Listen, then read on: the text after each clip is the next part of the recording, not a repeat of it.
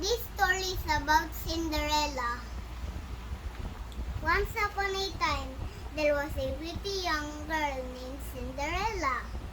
Cinderella was loved by everyone because she was good and sweet and kind. But Cinderella's widowed father believed she needed a mother.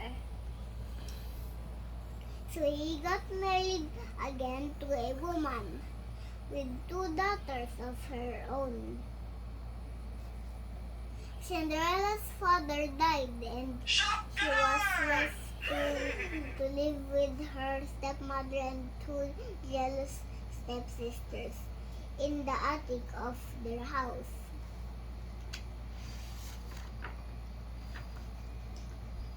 First, Cinderella had to do all of the cooking and cleaning.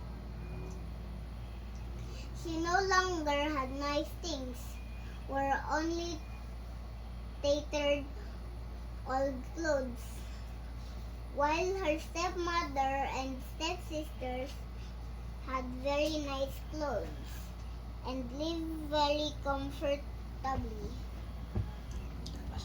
But no matter how mean her stepmother and stepsisters were, Cinderella was always cheerful. Even the little animals loved to be near her. She made friends with the mice and birds, making them little outfits to wear and caring for them.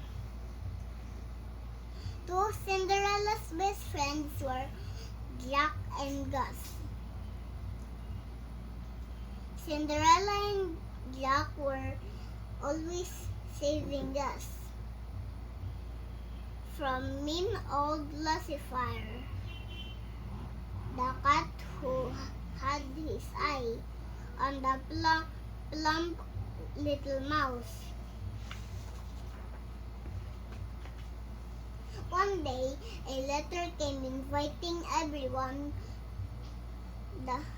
to the palace for a ball.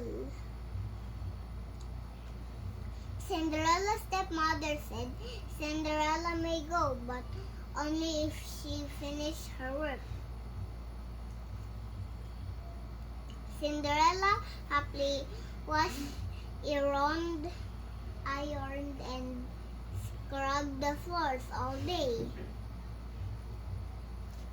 Meanwhile, Cinderella's little friends went to work making her a lovely gown.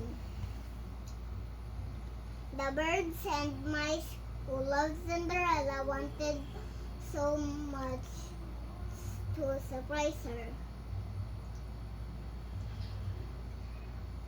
And when she saw what they had done, she was very touched. She put on the beautiful dress and ran downstairs to join her stepsisters.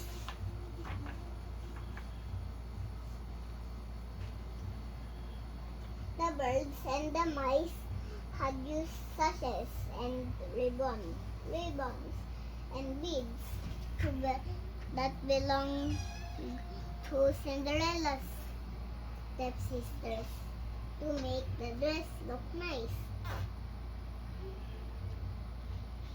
But when her stepsisters saw the gown, they tore it to shreds. "That's my ribbon," cried one. "And those are my beads," yelled the other.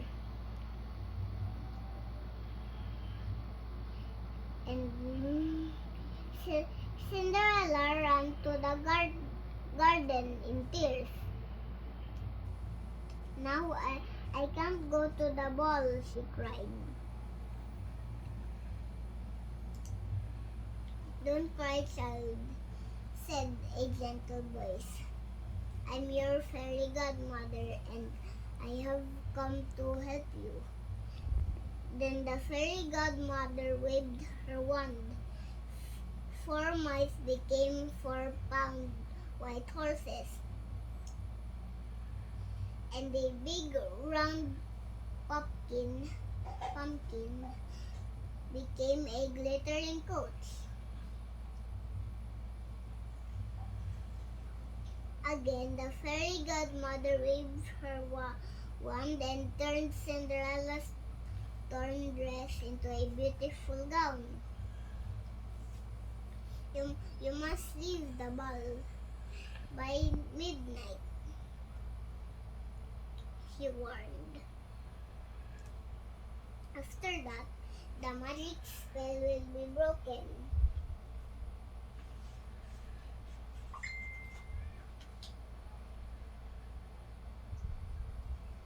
At the ball, the prince danced with Cinderella all evening.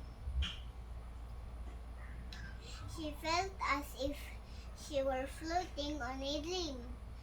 The king and the Grand Duke were delighted to see them falling in love. But as the clock struck midnight, Cinderella ran from the palace. She was in such a hurry that she left one glass slipper behind. The prince ran after her, but it was too late.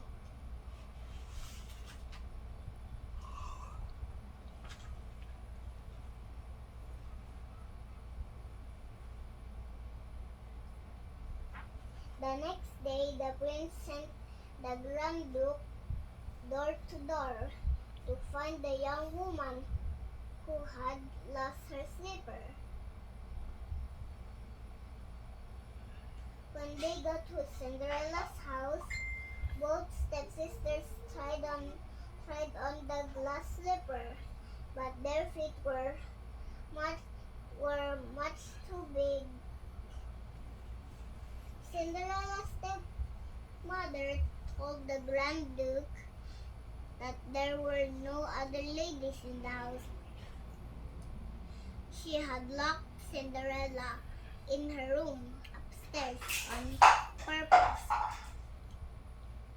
But Cinderella's little friends, Gus and Jack, stole the key from her stepmother's pocket, opened her door, and freed Cinderella just in time.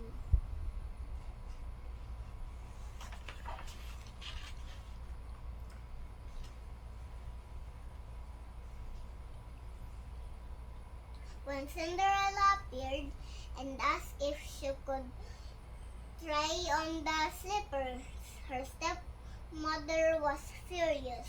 She threatened the footman, who was holding the slipper on a pillow. It fell to the floor and shattered. But Cinderella reached into her apron pocket and pulled out the matching one. Apron pocket.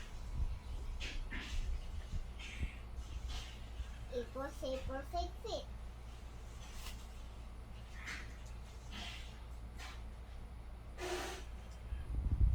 The Grand Duke was happy and relieved that he had found the slipper's owner.